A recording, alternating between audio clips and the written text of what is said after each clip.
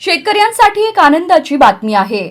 उन्हाळ्याच्या तीव्र झळा आणि पाण्याच्या टंचाईमुळे चिंतेत असलेल्या सीना नदीकाठच्या शेतकऱ्यांना अखेर दिलासा मिळाला आहे।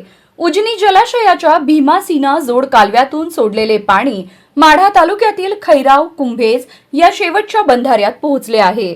सध्या उन्हाळ्याची तीव्रता वाढत असून तापमान 41° पर्यंत पोहोचले आहे।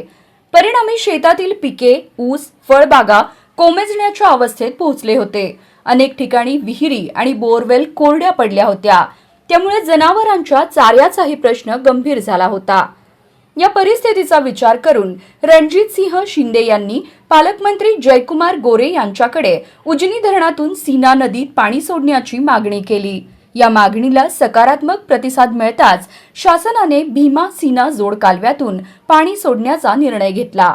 सध्या हे पाणी कव्हे, म्हैसगाव, रिधोरे, पापनस, निमगाव, दारफळ, सीना, उंदरगाव, केवड, खैराव, कुंभेज येथील बंधाऱ्यातून मोहोळ तालुक्यात पोहोचले आहे।